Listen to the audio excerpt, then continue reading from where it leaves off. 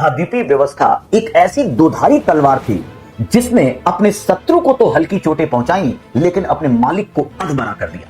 कहीं ट्रंप की टैरिफ व्यवस्था यही तो नहीं होगी? भारत की विदेश नीति बड़ी साफ कहती है, हमें जिसकी जरूरत होगी, जो हमारे हितों के अनुसार होगा, जो हमारी जनता के लिए सही होगा, हम वैसा कदम उठाएंगे। अमेरिका अपने जेनेटिकली मॉडिफाइड फूड्स, अपने कृषकों के दबाव को देखते हुए भारत में कृषि उत्पाद बेचना चाहता है। तो भारत सरकार को इस बार हमें सबको श्रेय देना होगा कि किसानों के हितों की रक्षा के लिए निसंदेह इस बार सरकार खड़ी है और उसने समझौता करने से मना कर दिया। जैसा कि हेनरी किसिंजर ने कहा था कि अमेरिका का शत्रु होना खतरनाक है लेकिन दोस्त होना घातक है। तो चाइना के पास पॉपुलेशन तो है, चाइना बाजार तो है, लेकिन वो एक्सपोर्ट बेस्ड कंट्री है और उसने भारत पर ऐसे ऐसे सैंक्शन, उसकी जो भी हमारी परंपरागत रिलेशन रही है उसमें वो भारत को उभरने नहीं देगा, क्योंकि वो नहीं चाहेगा कि एशिया में उसके बराबर कोई देश आके खड़ा हो जाए। रणनीतिक स्वायत्तता, Who hell you are to pressurize us कि आप ये करो और वो करो। हमारी संप्रभुता है, हमारी विदेश नीति बड़ी स्पष्ट है कि जहां से हमें लाभ होगा, जो हमारी एकता, अखंडता और राष्ट्रीय हित के लिए बेटर होंगे, हमारी जनता के लिए बेटर होंगे, वैसा हम करेंगे और वैसा हम कर रहे हैं। तो क्या इस पैसे का इस्तेमाल रशिया ब्लड मनी में नहीं कर रहा है? यूक्रेन के खिलाफ नहीं कर रहा? ट्रंप बड़ा साफ कहते हैं वो बिजनेसमैन है। खैर, वो ऐसे बिजनेसमैन है जिन्होंने एक बार लाभ कमाया और अपनी पूरी कंपनी डुबा दी। कहीं यही हालात अमेरिका के नाम? ट्रंप 1.0 में हाउडी मोदी और नमस्ते ट्रंप हुआ और इस इलेक्शन में तो बनारस जैसी जगहों पे यज्ञ किया गया कि ट्रंप जीते हैं। ऐसा लगता था कि कोई अपना बनने वाला, लेकिन ऐसा क्या हुआ कि ट्रंप 2.0 इंडिया के खिलाफ हो गए। वो ये भी कह सकते हैं कि अगर कोई भी, मतलब अगर हमें ऑक्सीजन, पृथ्वी पर ऑक्सीजन है जो मंगल ग्रह पे नहीं है, बृहस्पति पे नहीं है, वो ऑक्सीजन भी वही लेकर आए। तो इस रूप में आजकल वो हर चीज का क्रेडिट लेना चाहते हैं। तो आजकल ट्रंप साहब की क्रेडिबिलिटी लेने की बात और नोबेल प्राइज पाने के जिद में वो क्या क्या कहेंगे, एक तरह से या तो वो जानते हैं, कम से कम ये तो कहा जा सकता है ईश्वर भी नहीं जानता। अमेरिका भारत पर दबाव डालने के लिए कहता है कि पाकिस्तान में वो तेल की खोज करेगा और वहां पर एक बहुत बृहद भंडार मिल सकता है। एक सर्वे कहता है कि अगर ट्रंप साहब ने हालत की भी तो मान लीजिए $1 बिलियन का अगर निवेश करेंगे तो उन्हें $1 मिलियन का भी तेल नहीं मिलेगा। ऐसा बिजनेसमैन शायद ही आपने देखा हो। और हिपोक्रेसी की हद देखिए, जो चाइना भारत से भी ज्यादा मात्रा में तेल मंगा रहा है रशिया से, जो चाइना स्पष्टता देश है रूस का, आप उस पर सैंक्शन नहीं लगा पाए। ट्रंप, टैरिफ और टेरर, जी हाँ, ये 3T अभी भी जारी है और भारत पर अमेरिका ने 50% का टैरिफ लगा दिया। और जैसे कि आशंका थी, ये कोई अनएक्सपेक्टेड बिहेवियर नहीं था। जिस तरह से ट्रंप पिछले कुछ दिनों में भारत के साथ ट्रेड रिलेशन को डिफाइन करना चाहते थे, अपने आप को एक निर्णायक नेता के रूप में प्रदर्शित करने के लिए, खासकर रूसी तेल आयात को लेकर भारत पर दबाव डालना चाहते थे और एक अच्छे बिजनेसमैन की तरह अपनी बातें मनवाना चाहते थे। इस संदर्भ में यह बड़ा साफ था कि वह टैरिफ की दर बढ़ाएंगे और वैसा ही हुआ। अब सबसे पहले यह देखें कि एक इकोनॉमिक्स के तहत, एक ट्रेड बिजनेस के तहत अगर देखा जाए तो जो रूस से भारत ऑयल इंपोर्ट कर रहा है वो कितना फायदेमंद है, और अगर अमेरिका ने टैरिफ लगाया है 50% तो उससे भारत को कितना नुकसान है। मतलब ये इक्वेशन भारत के पक्ष में है या हमारे विरोध में। आज अगर क्रूड ऑयल सप्लाई की बात की जाए, खासकर इंपोर्ट की बात की जाए, आज भी भारत अपनी ऊर्जा जरूरतों का 85% आयात करता है और उस इंपोर्ट में से लगभग 35% अकेले हम रूस से आयात करते हैं और सेकंड नंबर पे इराक है। एक आंकड़ा कहता है कि 1.8 मिलियन बैरल पर डे हम रूस से आयात करने लगे हैं क्रूड ऑयल। इसका मतलब अगर हम, और ये जो तेल हम आयात कर रहे हैं रूस से, ये जो दूसरी जगह जहां पे पश्चिमी कैप लगा हुआ है या मिडिल ईस्ट से हम जो तेल लेते हैं उसकी तुलना में आज भी लगभग $3 से $5 पर बैरल सस्ता है। तो अगर साल भर का हम एक मैथमेटिकल इक्वेशन देखें तो एक साल में भारत लगभग $9 बिलियन की बचत करता है। मतलब अगर इतना ही तेल हम मिडिल ईस्ट से बनाएं और अगर हम रूस से बना रहे हैं तो इसका मतलब हमारी सेविंग पर ईयर $9 बिलियन की है। और बात केवल इतनी नहीं, इसका एक दूसरा आयाम देखिए। जब रशिया से क्रूड ऑयल आता है उसके बाद भारत की जो सार्वजनिक और प्राइवेट रिफाइनरी हैं वो इसे रिफाइन करके अन्य बाजारों में, खासकर यूरोपीय यूनियन और G7 देशों में बेचती हैं और वहां पर ये पिछले साल हमने इससे लगभग $20 बिलियन का निर्यात किया। मतलब भारत, वो जो कभी ऑयल इंपोर्ट कंट्री केवल था, अब ऑयल प्रोडक्ट पर हम इससे प्रोड्यूसर, एक तरह से एक्सपोर्टर नेशन भी हो गए। तो पहली चीज मैथमेटिकल, बिजनेस और कॉमर्स के सेंस में आप देखें तो $9 बिलियन क्रूड ऑयल से बचा, साथ ही साथ $20 बिलियन का हमने रिफाइन ऑयल बाजारों में बेचा, जिसमें जेट इंजन, डीजल, इस तरह के प्रोडक्ट को, फ्यूल प्रोडक्ट को हम बेचते हैं।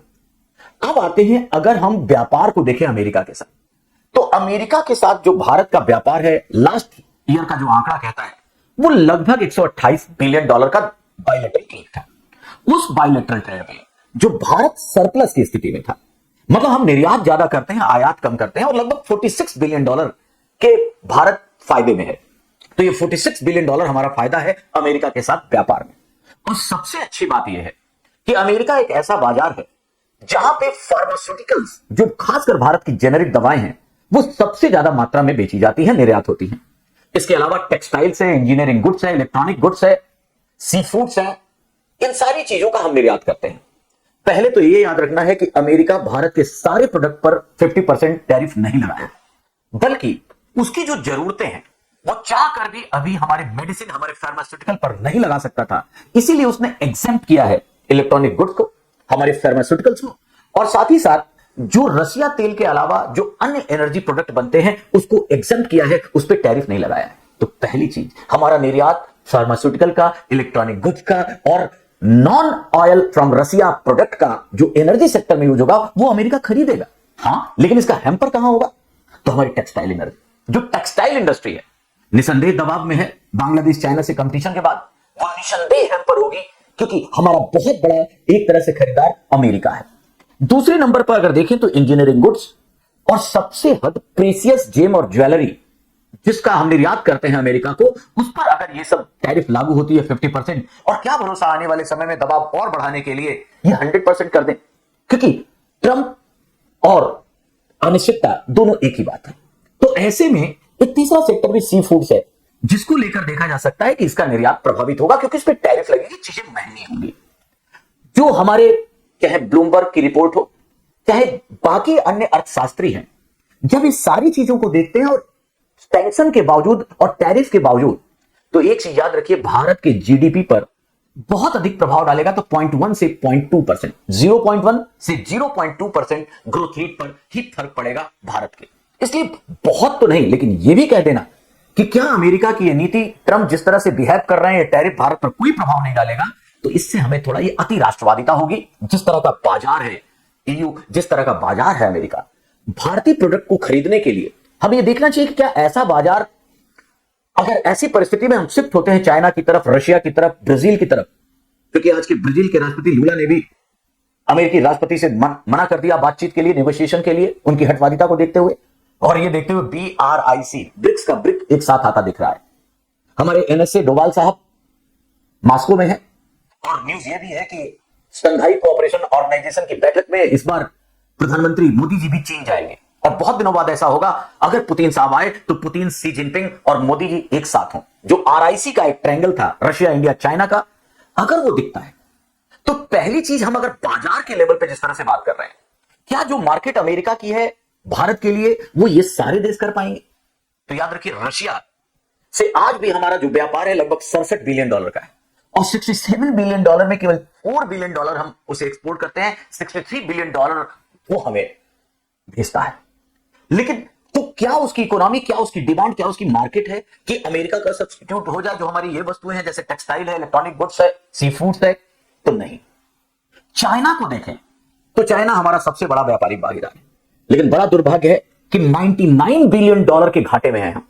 वो निर्यातक देश है, और हम जब निर्यात को अमेरिका की जगह देखें कि चाइना क्या बन सकता है, तो चाइना के पास पॉपुलेशन तो है, चाइना बाजार तो है, लेकिन वो एक्सपोर्ट बेस्ड कंट्री है, और उसने भारत पर ऐसे ऐसे सैंक्शन, उसकी जो भी हमारी एक परंपरागत रिलेशन रही है, उसमें वो भारत को उभरने नहीं देगा, क्योंकि वो नहीं चाहेगा कि एशिया में उसके बराबर कोई देश आके खड़ा हो जाए। इसीलिए वो कई ऐसे भारत की चीजों को खरीदता ही नहीं है जो भारत की पोटेंशियलिटी है। नहीं तो भारत का क्षमता, उत्पाद का, व्यापार का, निर्यात का ये नहीं है कि 99 बिलियन डॉलर के हम घाटे में रहे चाइना के साथ। इसी तरह ब्राजील को देखें या अन्य देशों को देखें, तो वो कैपेसिटी तो नहीं है जो वेस्टर्न मार्केट या अमेरिका की है। तो ये कहना उचित नहीं होगा कि शॉर्ट टर्म में हमें घाटा नहीं होगा, घाटा तो होगा। हमें सबको साथ लेके चलना है। इसीलिए भारत की विदेश नीति में मल्टी अलाइनमेंट जरूरी था, और हमने इसको फॉलो किया। हमें सबकी जरूरत है, हमें रशिया भी चाहिए, हमें चाइना भी चाहिए, तो हमें ईयू भी चाहिए, ब्रिटेन भी चाहिए, और अमेरिका भी चाहिए। लेकिन अमेरिका जब इस जिद पे उतरा है, पहले तो अमेरिका को यह समझना चाहिए कि अगर रशिया से, और देखिए कैसे अपनी बात से पलटता है अमेरिका। 2024 में जो अमेरिकन एम्बेसडर थे ग्रेसिटी साहब, वो खुद कहते हैं कि भारत को रशिया से तेल लेना चाहिए। और उन्होंने बड़ी एक शानदार बात कही, भाई अगर हम भी मिडिल ईस्ट से तेल लेंगे जहां से यूरोपीय यूनियन तेल लेता है, तो आप सोचिए डिमांड बढ़ेगी, तेल उतना ही है तो उसकी मार्केट प्राइस बढ़ेगी। और अगर मार्केट प्राइस तेल की बढ़ी तो लगभग सभी चीजें महंगी होंगी। महंगाई, इन्फ्लेशन से पूरी दुनिया ऐसे ही ग्रस्त है, ग्लोबल सप्लाई चेन बहुत कारकों से, कोविड के बाद, रशिया यूक्रेन वार के बाद, रेड सी में हुती अटैक के बाद, बहुत सारी समस्याओं से पूरा ग्लोबल सप्लाई चेन डिस्टर्ब है। तो क्यों छोटी सी बात बिजनेस की, इकोनॉमिक्स की ट्रंप को नहीं समझ में आती कि यदि भारत ने रशिया से आयात नहीं किया क्रूड ऑयल और मिडिल ईस्ट से ही गया, मिडिल ईस्ट वैसे ही यूरोपीय मार्केट बना हुआ है, तो ऐसे में तेल के दामों में वृद्धि होगी और सारी चीजें महंगी होंगी और भारत का चालू खाते का घाटा कैसे मैनेज होगा। याद रखिए हमारी पॉपुलेशन अब 1.4 बिलियन है, हमें 140 करोड़ लोगों की बात को देखना है। इसलिए हमारे प्रधानमंत्री, हमारे विदेश मंत्री, हमारी पूरी सरकार इस बात पर रिजिड है कि हम अपनी जरूरतों को अपनी इच्छा से, अपनी जनता की आवश्यकता को सही तरीके से पूरा करने के लिए जो रणनीति होगी उसे हम लेकर चलेंगे। और इसी को कहते हैं ऑटोनॉमिक स्ट्रेटजी, रणनीतिक स्वायत्तता। Who hell you are to pressurise us कि आप ये करो और वो करो। हमारी संप्रभुता है, हमारी विदेश नीति बड़ी स्पष्ट है कि जहां से हमें लाभ होगा, जो हमारी एकता, अखंडता और राष्ट्रीय हित के लिए बेटर होंगे, हमारी जनता के लिए बेटर होंगे, वैसा हम करेंगे और वैसा हम कर रहे हैं। लेकिन एक छोटी सी चीज समझनी चाहिए कि अगर रशिया से क्रूड ऑयल रोकता है भारत और मिडिल ईस्ट जाता है, तो क्या केवल भारत प्रभावित होगा या पूरे विश्व की जो महंगाई की दर है वो बढ़ेगी। दूसरा पॉइंट, यहां फिर अमेरिका की हिपोक्रेसी खुलती है, पाखंड खुलता है, जो जून के बाद का आंकड़ा है। एक तरफ अमेरिका और ईयू कह रहे हैं कि भारत रूस से जो तेल ला रहा है उसका पैसे का इस्तेमाल रशिया यूक्रेन से युद्ध में कर रहा है, उसको ब्लड मनी कहता है। वो कहता है ऐसे तेल को हम रिफाइन होने के बाद नहीं मंगाएंगे। ईयू यही कह रहा है, निसंदेह हमारे लिए सेटबैक है। लेकिन खुद ईयू का पिछले साल का अगर रशिया से ट्रेड देखा जाए तो लगभग, अगर वस्तु सेवाओं को मिला दिया जाए तो $70 बिलियन का है। मतलब भारत से ज्यादा व्यापार अभी भी ईयू कर रहा है और हमें दर्शन, हमें एक तरह से उपदेश दे रहा है। और सबसे बड़ा हिपोक्रेट खुद ट्रंप है। उनके आने के बाद भी पेलेडियम के आयात में रशिया से अमेरिका ने 37% की ग्रोथ की है। मतलब 37% पिछले साल से केवल 6 महीने में ज्यादा बनाया पेलेडियम। आप जानते हैं पेलेडियम बड़ा जरूरी है अमेरिका के बहुत सारी इंडस्ट्री के लिए, चाहे वो क्लीन एनर्जी हो, चाहे इलेक्ट्रॉनिक गुड्स हो, चाहे मतलब हर मार्केट उसकी उस पर डिपेंड करती है, इसलिए उसको फर्क नहीं पड़ता, पेलेडियम मंगा रहा है। यूरेनियम हेक्साफ्लोराइड में 28% की इंक्रीजमेंट देखी गई, जो उसके एटॉमिक एनर्जी इंडस्ट्री के लिए इंपॉर्टेंट है। इसी तरह केमिकल फर्टिलाइजर में 21% का एक तरह से वृद्धि देखा गया आयात में अमेरिका का रशिया से। इसका मतलब बड़ा साफ है कि आप दर्शन भले दो, लेकिन आपका व्यापार भी जारी है और ट्रंप के बनने के बाद हर उसमें जो है इजाफा हुआ है। तो क्या इस पैसे का इस्तेमाल रशिया ब्लड मनी में नहीं कर रहा है, यूक्रेन के खिलाफ नहीं कर रहा है? This is all rubbish talk. और इसीलिए यह पाखंड है, हिपोक्रेसी है अमेरिका की, कि दूसरे के लिए ज्ञान देना अलग बात है, अपने हितों पर आंच नहीं आने देना चाहता। चौथी बात, वो भारत पर दबाव डालने का एक और रीजन है, जो शुरू से खासकर उसका जो फार्मा या कहे डेयरी उद्योग है, फार्म मतलब कृषि उद्योग है। अमेरिका अपने जेनेटिकली मॉडिफाइड फूड्स, अपने कृषकों के दबाव को देखते हुए भारत में कृषि उत्पाद बेचना चाहता है।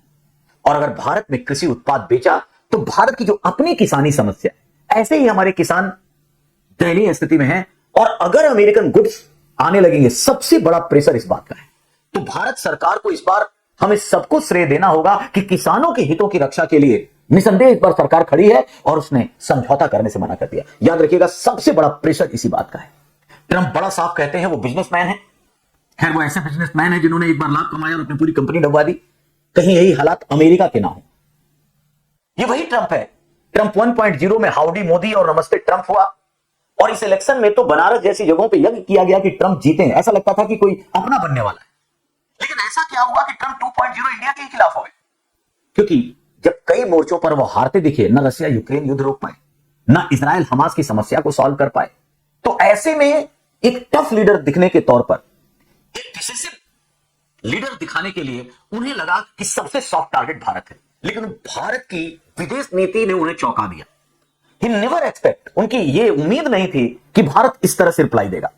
और जिस तरह एनएसए साहब मॉस्को गए, उसके बाद अब वहां पर एक तरह से चिंता और बढ़ेगी। जो एक तरह से अमेरिका में उनके खिलाफ जो बातें हो रही है, जनता तो नाखुश सही है, उन सारी चीजों को देखते हुए अपने आप को ग्लोबल लीडर के रूप में इमर्ज कराने के लिए उन्होंने भारत को चुना। और इसीलिए देखा होगा भारत पाकिस्तान के बीच ऑपरेशन सिंदूर में किस तरह उन्होंने सीज फायर का क्रेडिट लेना चाहा। और जब भारत ने ऑफिशियल रूप से यह कह दिया कि नहीं, हमने किसी बात नहीं सुनी, तो यह बात हर्ट कर गई, दिल दुखा उनका। और ये सारी बातें, चूंकि उस व्यक्ति को नोबेल प्राइज चाहिए, अभी दुनिया में सारी अच्छी चीजों के क्रेडिट ट्रंप साहब लेना चाहते हैं। ट्रंप साहब ने कहा, ऑफिशियल एक व्हाइट हाउस से प्रेस कॉन्फ्रेंस होती है, उसमें कहा जाता है कि ट्रंप ने न केवल इंडिया, पाकिस्तान, ईरान और इजराइल का सीज फायर कराया, बल्कि रवांडा और democratic Republic of Congo, Cambodia और थाईलैंड, और यही नहीं, इथियोपिया और इजिप्ट, कोसोवो और सर्बिया, इनके बीच का भी युद्ध रुकवा दिया, अगर उनकी माने। और यह ऑफिशियल बात बोली गई। सच्चाई यह है कि पिछले कई दशकों से ये जो रवांडा और डीआरसी विवाद है, कोसोवो, सर्बिया, ये सुलझा नहीं है। लेकिन नोबेल प्राइज के लिए और क्रेडिबिलिटी के लिए, ये आदमी अपनी क्रेडिबिलिटी के लिए कुछ भी कह सकते हैं। एक रिपोर्टर को मैंने सुना, तो यहां तक कहता है कि इस पूरे मानवीयता को, मनुष्य जगत को ऋणी होना चाहिए ट्रंप का, क्योंकि ये ट्रंप ही थे जो मनुष्य की तरफ से ईश्वर के पास गए और उन्होंने रिक्वेस्ट किया कि हमें 12 घंटे सूरज की रोशनी मिले। तो हमें ट्रंप को धन्यवाद देना चाहिए कि ये जो रोशनी मिल रही है वो ट्रंप के कारण मिल रही है। ट्रंप कुछ भी कह सकते हैं, वो ये भी कह सकते हैं कि अगर कोई भी, मतलब अगर हमें ऑक्सीजन, पृथ्वी पर ऑक्सीजन है जो मंगल ग्रह पे नहीं है, बृहस्पति पे नहीं है, वो ऑक्सीजन भी वही लेकर आए। तो इस रूप में आजकल वो हर चीज का क्रेडिट लेना चाहते हैं। तो आजकल ट्रंप साहब की क्रेडिबिलिटी लेने के बाद और नोबेल प्राइज पाने के जिद में वो क्या क्या कहेंगे, वो एक तरह से या तो वो जानते हैं, कम से कम ये तो कहा जा सकता है ईश्वर भी नहीं जानता। अगर हम दूसरे पक्ष को देखें, क्या अमेरिका के इस शिफ्ट से उन्होंने पाकिस्तान को अपना दोस्त बनाना शुरू कर दिया कि भारत पर और प्रेशर पड़े। एक तरफ ऑपरेशन सिंदूर, उसके बाद असीम मुनीर को लंच पे बुलाना, असीम मुनीर से नॉमिनेट करा लेना कि नोबेल प्राइज मिलना चाहिए ट्रंप को। और हद तो तब हो गई जब अमेरिका भारत पर दबाव डालने के लिए कहता है कि पाकिस्तान में वो तेल की खोज करेगा और वहां पर एक बहुत बृहद भंडार मिल सकता है। भाई, ज्योग्राफी तो पाकिस्तान की सेम है ना। इससे पहले भी कई बार बात हुई और एक सर्वे कहता है कि अगर ट्रंप साहब ने यह हालत की भी, तो मान लीजिए $1 बिलियन का अगर निवेश करेंगे तो उन्हें $1 मिलियन का भी तेल नहीं मिलेगा। ऐसा बिजनेसमैन शायद ही आपने देखा हो। और यह केवल इसका मतलब है कि जैसे मान लीजिए मैं दिल्ली में बैठ के बात कर रहा हूं और मैं कहूं मैं दिल्ली में स्टील एंड आयरन इंडस्ट्री लगा दूंगा, यहां और तो है नहीं स्टील का, आयरन का। पता चलेगा कि अगर मुझे झारखंड, छत्तीसगढ़, गोवा से लाना है तो लाने में उसका दाम इतना महंगा हो जाएगा कि सोना हो जाएगा। तो थोड़ी सी अकल की बात कीजिए, तेल आपका निकलेगा, पाकिस्तान में नहीं निकलेगा। तो ट्रंप की पॉलिसी केवल भारत पर दबाव डालने के लिए है और वो लगातार ऐसी बातें कर रहे हैं, पहले भारत पर डायरेक्ट भी और इनडायरेक्ट, क्योंकि पाकिस्तान एक तरह से क्या साफ एक एनिमी स्टेट दिखता है जो हमारी सुरक्षा, जो हमारी एकता, अखंडता, सबको प्रभावित करता रहता है। इसलिए पाकिस्तान उनको ज्यादा दुलारा पुत्र दिखने लगा है। ट्रंप की नीतियों को ये जितने आयाम दिख रहे हैं टैरिफ के, उसमें जो सबसे मेजर बात है वो ये कि प्रेशराइज करके वो अपने आप को एक ऐसा बिजनेसमैन सिद्ध करना चाहते हैं जो अमेरिकी हितों की रक्षा कर रहा हो। मेक अमेरिका ग्रेट अगेन में उनको लगता है कि केवल टैरिफ बढ़ाकर जो टैक्स आएगा उसका पैसा और महंगा होगा बाहर की चीजें, तो संरक्षणवाद, प्रोटेक्शनिज्म के तहत जो अमेरिकी इंडस्ट्रियलिस्ट हैं, अमेरिकी प्रोडक्ट है, उनको बिकने का मौका मिलेगा। लेकिन वो भूल जाते हैं कि ग्लोबलाइजेशन के दौर में ये बातें बहुत नहीं टिकती। और याद रखिए, हर भारतीय को, ये अमेरिका ने पहली बार ऐसा नहीं किया, टैरिफ लगा रहा है आप पे, तो पूरा सैंक्शन लगाया गया है। 1971 में जब आपने बांग्लादेश को मुक्त कराया, तब अमेरिका की स्थिति को देखिए। पोखरण द्वितीय, आप सबको ये बातें दिखी होंगी। पोखरण द्वितीय में जब हमने बुद्धा इस्माइल अगेन किया, हमने दोबारा परमाणु परीक्षण किया, तो अमेरिका ने हर तरह का सैंक्शन हमारे ऊपर लगाया और पूरी कोशिश की कि भारत झुक जाए। लेकिन तत्कालीन सरकार ने झुकने से मना कर दिया और क्या हुआ, बिल क्लिंटन को भारत आना पड़ा। 2008 में वही अमेरिका झुककर हमारे साथ न्यूक्लियर डील करने के लिए तैयार रहा। इसका मतलब बड़ा साफ है, पहली चीज हर व्यक्ति को यह जानना चाहिए, शॉर्ट टर्म में देखें तो घाटा तो होगा, लेकिन क्या भारत का जो बाजार है, जो डेमोग्राफिक डिविडेंस है, उससे अमेरिका और जो उस अमेरिका जिसकी अभी ग्रोथ रेट 3% है केवल, चाइना के साथ उसका व्यापार घाटा $300 बिलियन से अधिक का है। क्या वो खुद भारत जैसे व्यापार, भारत जैसे बाजार को छोड़ पाएगा? जब सैंक्शन लगा के लास्ट में उसे झुकना पड़ा, तो टैरिफ का भी लॉन्ग टर्म ये बहुत सस्टेन नहीं कर पाएगा। ये खुद अमेरिका में इन्फ्लेशन को जन्म देगा, अमेरिकी मार्केट में, और खुद वहां की जनता कुछ दिनों में अनरेस्ट की ओर आएगी। ऐसे में हमें स्पष्ट हो जाना चाहिए कि ऐसा पहली बार का कदम नहीं है। टैरिफ लगाकर डराने की बात, दबाव में लेने की बात, याद रखना है भारत मल्टी अलाइनमेंट की ओर है। हम रणनीतिक स्वायत्तता की विदेश नीति में विश्वास करते हैं। हम ऐसा नहीं है कि रशिया के पास और चाइना के पास चले गए। हमें रशिया, चाइना के साथ साथ हमें अमेरिका, यूरोप, ब्रिटेन चाहिए, जो मैं बार बार कह रहा हूं। एक जियोपॉलिटिकल शिफ्ट दिखने लगता है। अमेरिका के इस तरीके से व्यवहार करने से रशिया और चाइना दोनों साथ थे ही, अब भारत भी साथ दिखता है, ईरान साथ है ही है, ब्राजील भी आने लगा। इस तरह से अमेरिका खुद एक तरह से सेल्फ गोल, जिसको आत्मघाती गोल कहते हैं, अपने ही पोस्ट में गोल कर रहा है। उस तरह की हरकतें, अगर वर्ल्ड हिस्ट्री की जानकारी होगी तो नेपोलियन ने इसी तरह ब्रिटेन को महाद्वीपीय व्यवस्था के माध्यम से परास्त करने की चाल चली और सारे ब्रिटेन की नाकेबंदी कर दी कि यूरोप के महाद्वीपीय देशों में उसका जहाज नहीं आएगा।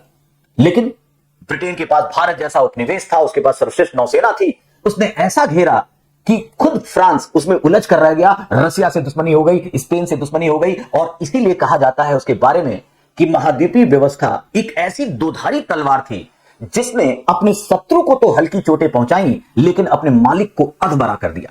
कहीं ट्रंप की टैरिफ व्यवस्था यही तो नहीं होगी? इसमें कोई शक नहीं है, शत्रु उनके हिसाब से जिस पे वो टैरिफ लगा रहे हैं उनको हल्की चोटें तो आएंगी, जैसे हम करें। कहीं मालिक अधमरा ना हो जाए। ट्रंप को अमेरिका, अगर ये मेरी बात सुन रहे हो अमेरिका के लोग, तो जरूर से जरूर ये बात ट्रंप को बताएं कि ऐसा बहुत होता है कि कहीं ज्यादा नुकसान आपको ना हो। और हिपोक्रेसी की हद देखिए, जो चाइना भारत से भी ज्यादा मात्रा में तेल मंगा रहा है रशिया से, जो चाइना स्पष्ट देश है रूस का, आप उस पर सैंक्शन नहीं लगा पा रहे। आप अभी तक उसको अनसर्टेन स्थिति में, क्योंकि आप डिपेंडेंट है उसकी बात में। यह साफ हिपोक्रेसी दिखाता है कि भारत पर दबाव डालने की पॉलिटिक्स है, कोई सिद्धांत, कोई नीति, कोई नियम नहीं है। और इस तरह की हरकतों से भारत के पास एक बड़ा अच्छा मौका है, फिर से जो हमने परंपरागत दोस्त, विश्वसनीय दोस्त रशिया को थोड़ा दूर किया था। आज देखिए S-400 ने आज क्या भूमिका निभाई ऑपरेशन सिंदूर में। एनएसए साहब उसी लिए गए हैं कि उसकी मरम्मत, उसकी टेक्नोलॉजी, उसका रख रखाव फिर से आगे बढ़े। हमारी दोस्ती फिर उस रूप में आगे बढ़ सकती है। एक तरह से ट्रंप को यह नहीं लग रहा वो मौका दे रहे हैं। इसी तरह चाइना, यह बात अलग है, चाइना और भारत की दोस्ती उस रूप में नहीं हो सकती। अगर चाइना और भारत आ जाए तो संभवतः, और चाइना अपनी मार्केट वास्तविक तौर पर भारतीय क्षमता के हिसाब से खोल दे, तो बहुत जरूरत पड़ेगी क्या अमेरिका की। लेकिन हमें तो वैरायटी, वर्सेटैलिटी देखनी है। और चाइना एशिया की सुपर पावर बना रहना चाहता है। वो अपने पड़ोस में भारत जैसा मजबूत देश नहीं देख सकता, इसलिए इसकी संभावना कम है। लेकिन बदलती नीतियों में, बदलती परिस्थितियों में वैश्विक राजनीति में कुछ भी संभव है। जिस जर्मनी और फ्रांस की इतनी लड़ाई थी, आज दोनों बड़े अच्छे दोस्त हैं। तो कभी किसी के बारे में यह नहीं कहा जा सकता। लेकिन अमेरिका की ये नीतियां और ट्रंप की ये पॉलिसी, ये बात बड़ी साफ कह रही है, जैसा कि हेनरी किसिंजर ने कहा था कि अमेरिका का शत्रु होना खतरनाक है, लेकिन दोस्त होना घातक है। सही में जिस तरह हम पिछले 1-2 दशक में जितनी दोस्ती बढ़ी थी भारत की, ट्रंप ने दिखा दिया कि उसकी मित्रता कितनी घातक है। वो अपने लाभ के लिए कुछ भी कर सकता है। और हर तरह के एंगल, हर तरह के दबाव की राजनीति, stick and carrot policy, direct indirect, सभी तरह की चीजों से हमें घेरना चाहता है। लेकिन भारत ने अपने लोगों की, अपने किसानों की, अपने डेयरी उद्योग की, और खासकर एक बिजनेसमैन की तरह ये दबाव के साथ अमेरिका अपना F-35 विमान बेचना चाहता है, 5th जनरेशन। उसको पैसा चाहिए, उसके पास ये सब बना पड़ा है सैन्य सामग्री। भारत कहता है हमें जिसकी जरूरत होगी हम वो खरीदेंगे, आपके कहे अनुसार नहीं खरीदेंगे। हमने अपने डिफेंस सिस्टम के लिए S-400 रूस से खरीदा। अमेरिका कहता था उसकी third technology air defence system की लो, terminal high altitude defence system third, ये अमेरिका का है। वो चाहता है हम खरीदें क्योंकि उससे पैसा मिलेगा।